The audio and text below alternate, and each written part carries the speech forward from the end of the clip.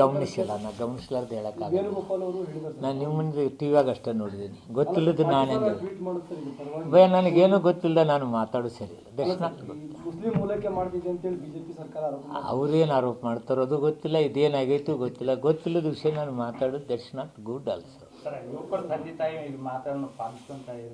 ಹಾಂ ಯುವಕರು ಈಗ ವಯಸ್ಸಿಗೆ ಬಂದ ತಕ್ಷಣ ತಂದೆ ತಾಯಿಗಳು ಮಾತಾ ಕೇಳ್ತಾ ಇಲ್ಲ, ಈ ರೀತಿಯಾಗಿ ಅನಾಹುತಕ್ಕೆ ಕಾರಣ ಇವೆಲ್ಲ ಅದನ್ನೇ ಮಾನಸಿಕ ಸ್ಥಿತಿ, ಇವೆಲ್ಲ ಬದಲಾವಣೆ ಮಾಡ್ತಕ್ಕಂಥದ್ದು ಆಗ್ಬೇಕು, ಎಲ್ಲರೂ ಕೂಡ ಮಾಡೋಣ ಅಂತೇಳಿ. ಈಗ ನಿರಂತರವಾಗಿ ಸಿಎಂ ಬದಲಾವಣೆ ಅಂತ ಈಗ ಸಂಕ್ರಾಂತಿ ಆದ್ಮೇಲೆ ಸಿಎಂ ಚೇಂಜ್ ಆಗ್ತಾರ ಅನ್ನೋ ಮಾಹಿತಿ ಇದೆ ಸರ್. ನಿಮ್ಮ ಟಿ ವಿ ಪೇಪರ್ದಾಗ ನೋಡ್ತಾ ಇದ್ದೀನಪ್ಪ, ನನಗೇನು ಗೊತ್ತಿಲ್ಲ. ದಿಲ್ಲಿ ಮಾಹಿತಿ ನಿಮಗೆ ಇರ್ತಲ್ಲ, ನಾವು ದಿಲ್ಲಿ ಮಾಹಿತಿ ನಾವೆಲ್ಲ ಕೇಳಕ್ಕೆ ಹೋಗೋದಿಲ್ಲ. ನಾನು ಕಾಂಗ್ರೆಸ್ಸಿಗೆ ಸಿದ್ದರಾಮಯ್ಯ ಬದಲಿಗೆ ಮತ್ತೊಬ್ರು ಅಂದ್ರೆ ಡಿ ಕೆ ಶಿವಕುಮಾರ್ ಅವರು ಮುಖ್ಯಮಂತ್ರಿ ಆದ್ರೆ ನಿಮಗೆ ಒಪ್ಪಿಗೆ ಐತೆ ನಾನು ಅಷ್ಟೇ.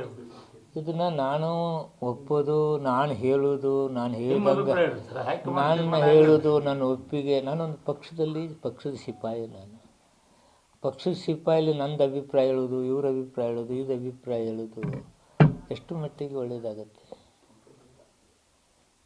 ಇಂಪ್ಲಿಮೆಂಟ್ ಆಗಂಗಿಲ್ಲ, ಅದನ್ನ ನಾನು ಯಾಕೆ ಹೇಳ್ಬೇಕು? ನೋಡೋಣ, ನಿಮ್ಮಿಂದ ಏನೋ ಟಿವಿ ಆಗೋದು ನೋಡ್ತೀನಿ. ಹೈಕಮಾಂಡ್ ಕೂಡ ಸ್ಥಳೀಯ ಸಚಿವರು ಇರ್ಬೋದು, ಶಾಸಕರ ಒಂದು ಒಪಿನಿಯನ್ ಕೇಳೇ ಮುಂದೆ ಏನು ಡಿಸಿಷನ್ ತಗೋತಾರೆ.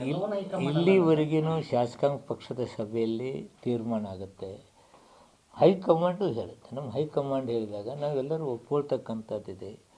ಕರ್ನಾಟಕ ರಾಜ್ಯದಲ್ಲಿ ಸನ್ಮಾನ್ಯ ಖರ್ಗೆ ಸಾಹೇಬರು ಇರೋದ್ರಿಂದ AICC ಇಲ್ಲಿ ಆಗುವವುಗಳು ಎಲ್ಲೋ ಚೆನ್ನಾಗಿ ಗೊತ್ತಿರೋದ್ರಿಂದ ಸಮರ್ಥವಾಗಿ ನಿಭಾಯಿಸ್ತಾರೆ, ಏನು ತೊಂದರೆ ಇಲ್ಲ.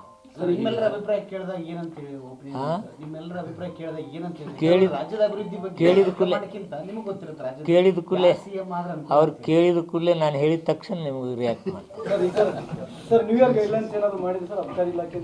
ಗೈಡ್ಲೈನ್ಸ್ ಎಲ್ಲ ಎವ್ರಿ ಇಯರ್ ಹೆಂಗಿದೆ ಹಂಗೆ ಇದೆ ಗುರು.